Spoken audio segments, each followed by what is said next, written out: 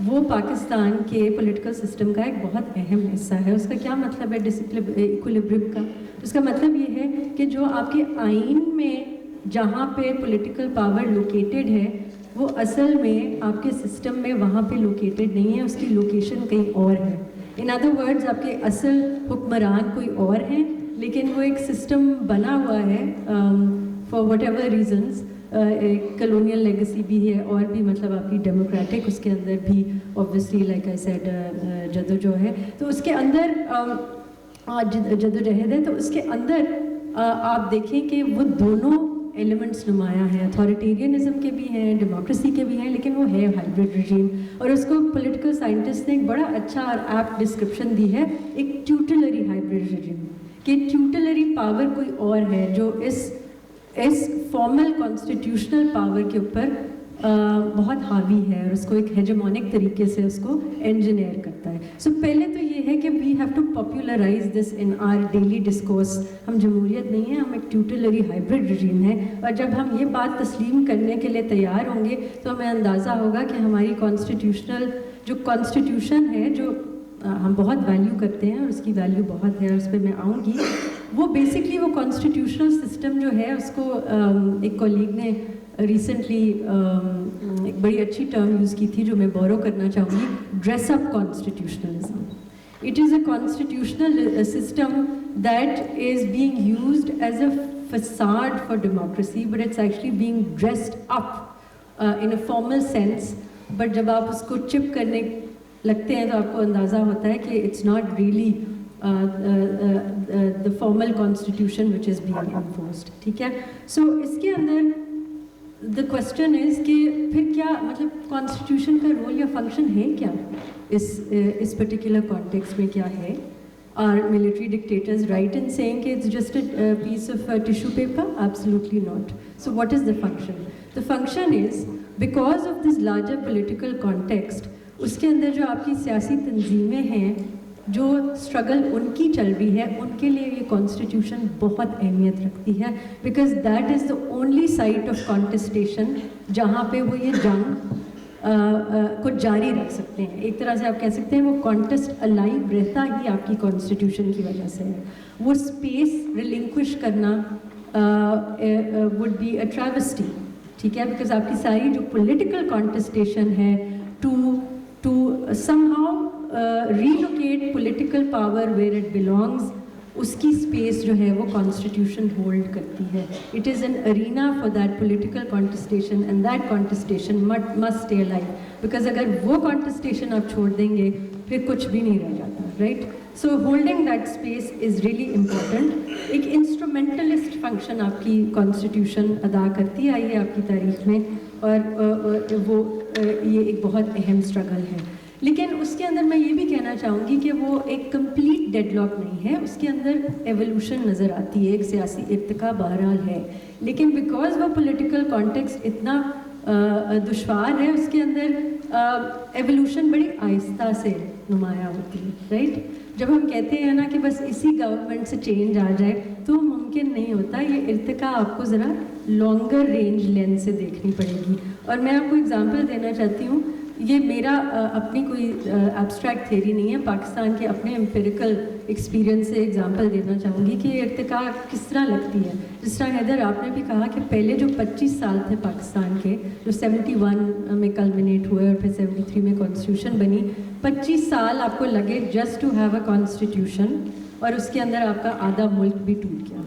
Right? So this is what irtiqa in a context of hybrid regime constitutionalism looks like. یہ بہت آہستہ سے چلتا ہے اور یہ بہت بلڈی اور بروٹل ہے انفارچونیٹلی. اور اس کے بعد ہمیں 30+ سال لگے to reach the 18th amendment, which I think really stands out as a threshold. It's a kind of tipping point. کیا وجہ ہے کہ ہماری پولیٹیکل اسٹرگل کرنے والی جو پولیٹیکل فورسز تھیں انہوں نے کس طرح سے اس چیز کو ٹیکل کیا. ایک بہت اہم نقطہ ہے وہ یہ ہے کہ پولیٹیکل پاور کو اس طرح کے سسٹم میں کانسنٹریٹڈ نہیں رہنے دینا, پاور کو ڈیفیوز کرنا ہے. Whether you diffuse it across institutions horizontally اور you diffuse it vertically down from the central government down to the local government.